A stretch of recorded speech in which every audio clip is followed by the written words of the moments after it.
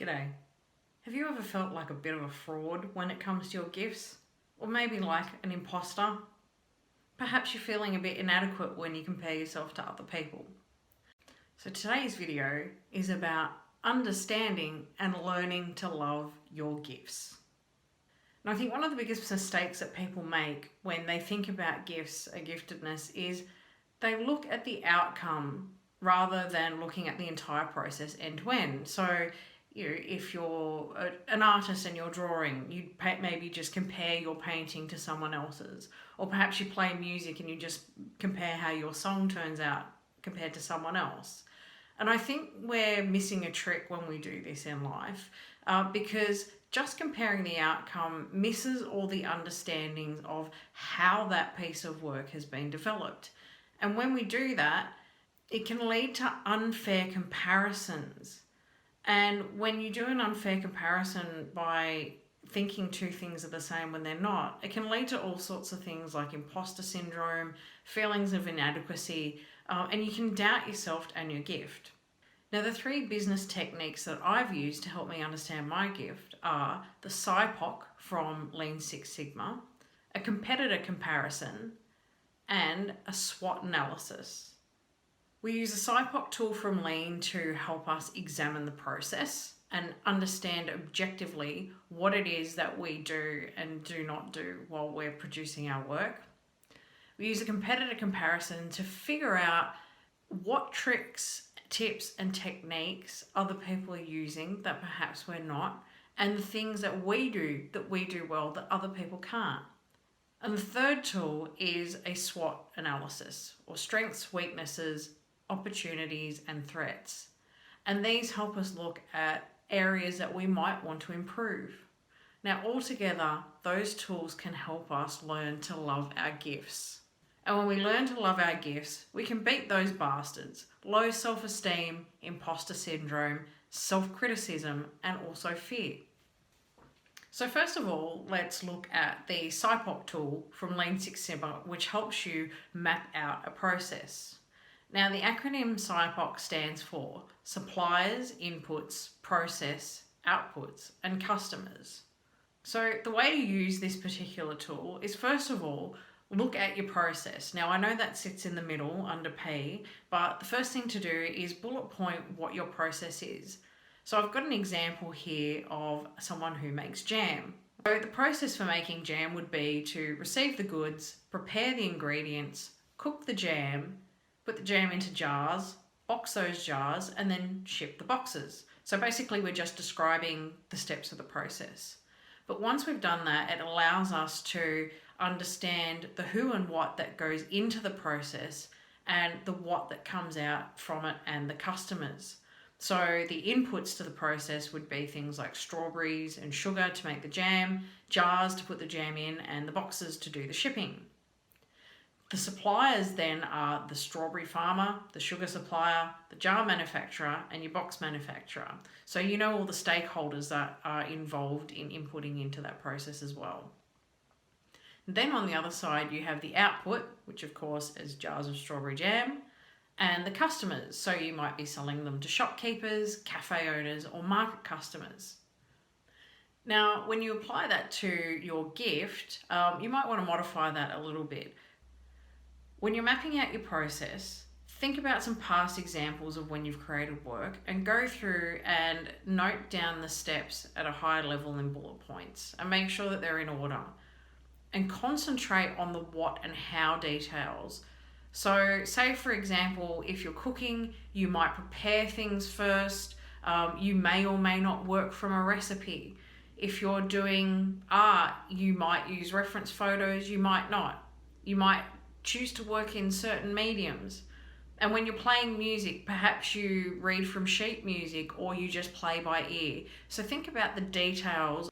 Now, after you've mapped out your process, the next thing you want to look at is the suppliers and the inputs. Now, in this case, you probably don't have any stakeholders with your gift, but you can look at the skills that you look to input into your process. So these are direct technical skills that you might have. Also indirect skills. So perhaps you do something like writing and you've got certain communication skills that you've picked up through your job.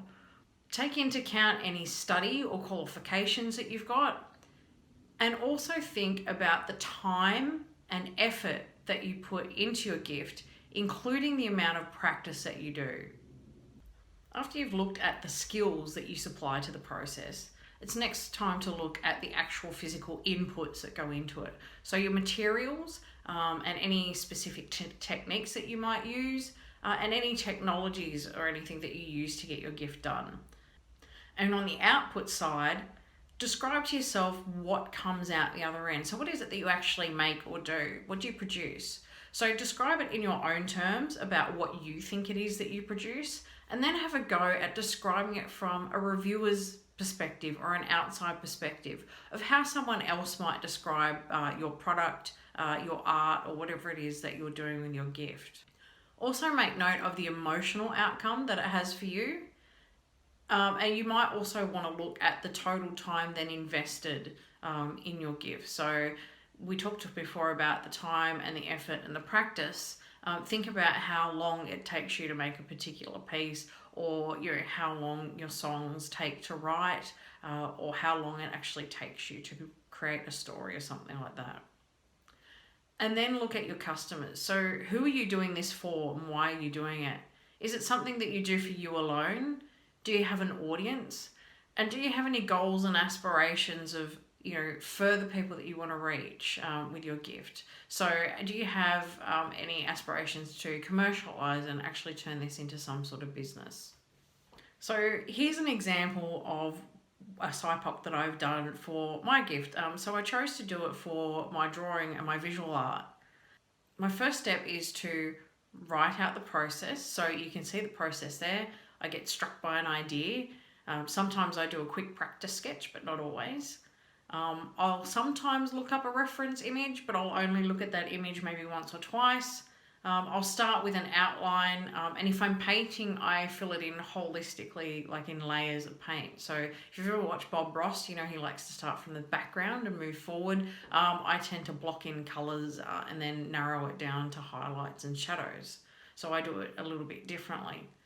And I paint or draw how I feel at the time. I don't tend to particularly pay attention to too many conventions, and I often don't try and do things completely realistic. So now that I've understood my process, I look at my supplies. So what skills am I inputting into the process? So I did some art in school, but I don't have much of an education in it. I've watched some YouTube videos and a couple of YouTube tutorials. I had a couple of practice sketches at a few things I thought I was a bit weak in, but I'm a very infrequent producer of visual art. So I'll draw a handful of times a year, and I'll paint maybe once every couple of years. Sometimes I'll do a little stint and then maybe not pick up the paints for a couple of years. And I don't practice, so I don't make a habit to sketch all the time and do it regularly.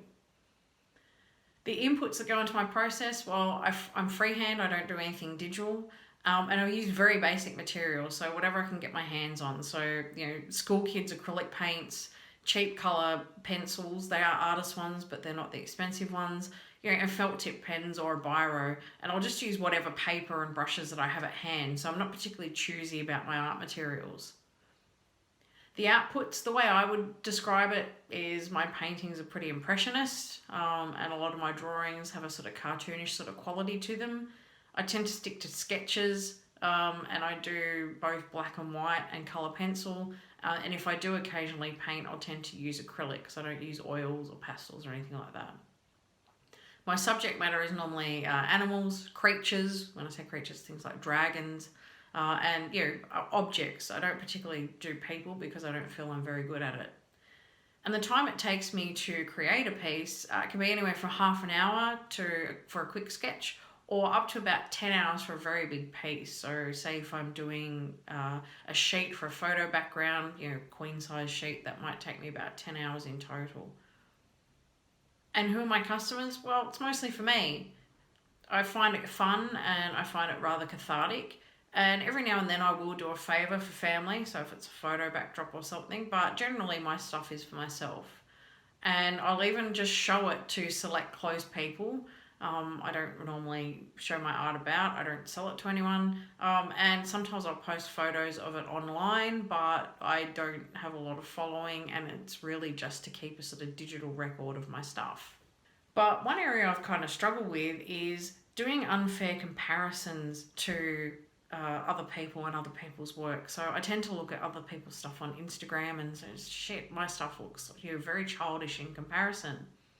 But once I'd laid out my process and then I'd actually investigated into how other people create their art, I came to some revelations about how I was comparing two totally different things that weren't even alike. Now, one thing I've always been enamored with is those highly realistic, almost photoreal portraits of people. And I've always kind of compared my art to that and been highly disappointed in how my stuff turns out, because I'm not very good at people and I don't draw particularly realistic. But when I investigated, and by way of a competitor comparison, how people actually produce those pieces of art, I found out the way they do it is very different, and it actually helped me appreciate how I do things a little bit more, even though I consider mine to be a bit more childish. A lot of people are copying them directly from pictures. They're not making it up from their imagination, and they're really referencing photos very heavily and trying to copy a digital image. They tend to use more high quality materials and a wider array of pens and pencils they would, or they're working in digital, which allows them to do things to zoom in and use software to actually smooth and blend things rather than trying to do it by hand. A lot of them will actually use a grid method or tracing paper or a projector to get a basic outline before they start filling things in. So rather than trying to manually do proportions or body parts, they're actually doing a direct area measured copy. And those sorts of pictures take a huge turnaround time. I saw one photorealistic artist that said they can spend up to 700 hours on one piece, which is a ridiculous amount of time. And most of them have some sort of background in art or some sort of art education.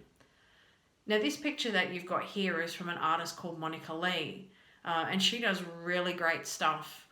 And she does the photo references. She copies from photos.